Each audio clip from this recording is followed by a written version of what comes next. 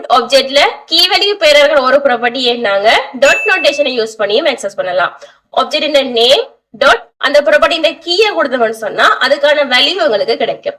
But இந்த dot நோட்டேஷனை நாங்க use பண்ணணும்னு சொன்னா அந்த ப்ராப்பர்ட்டி கீ ஒரு வேலிட் ஜாவாஸ்கிரிப்ட் ஐடென்டிஃபையரா இருக்கணும்.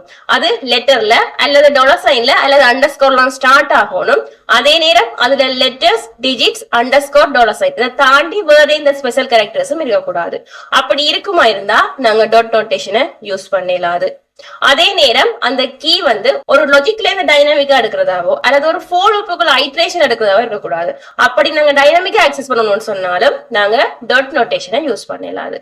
சோ அந்த கீ ஒரு இன்வெலிட் ஜாவாஸ்கிரிப்ட் ஐடென்டிஃபையரா, அதாவது அதுல ஸ்பெஷல் கேரக்டர்ஸ் இருக்குமா இருந்தா அல்லது நாங்க டைனாமிக்கா ஆக்சஸ் பண்ணணும்னு சொன்னா பிராக்கெட் நோட்டேஷனை தான் யூஸ் பண்ணணும்.